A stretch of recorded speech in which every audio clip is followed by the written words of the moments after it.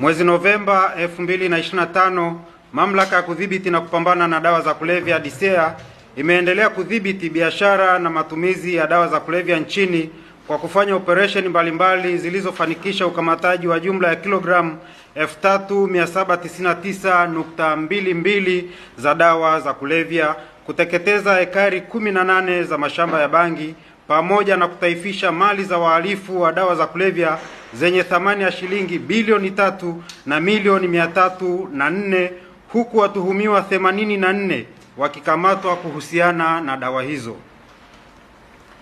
Katika kudhoofisha mitandao ya biashara ya dawa za kulevya, Mahakama Kuu Division ya Rushwa na Uhujumu Uchumi ilitoa maamuzi ya kutaifisha kwa mali zenye thamani ya shilingi bilioni 3 na milioni 304 za watuhumiwa Salehe Hamisi Baselemani na Agawari Bachi Fakiri, ambao wanatuhumiwa kwa makosa ya kujihusisha na biashara ya dawa za kulevya. Mali hizo zinajumuisha nyumba, viwanja pamoja na magari. Maombi ya kutaifisha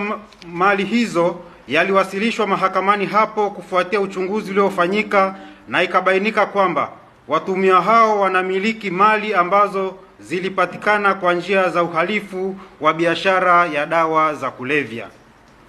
Utaifishaji wa mali hizo umefanyika chini ya Sheria ya Mazao ya Uhalifu sura ya 256 ikisomwa pamoja na Sheria ya Uhujumu Uchumi na Uhalifu wa Kupangwa sura ya 200 na Sheria ya Kudhibiti na Kupambana na Dawa za Kulevya namba 5 ya mwaka 2025. Chini ya sheria tajwa, utaifishaji wa mazalia ya uhalifu umewekwa ili kuwaondolea wahalifu uwezo wa mali na fedha pamoja na faida inayopatikana kutokana na uhalifu uliotendeka, hivyo kukosa nguvu ya kuendelea kutenda makosa ya uhalifu wa dawa za kulevya.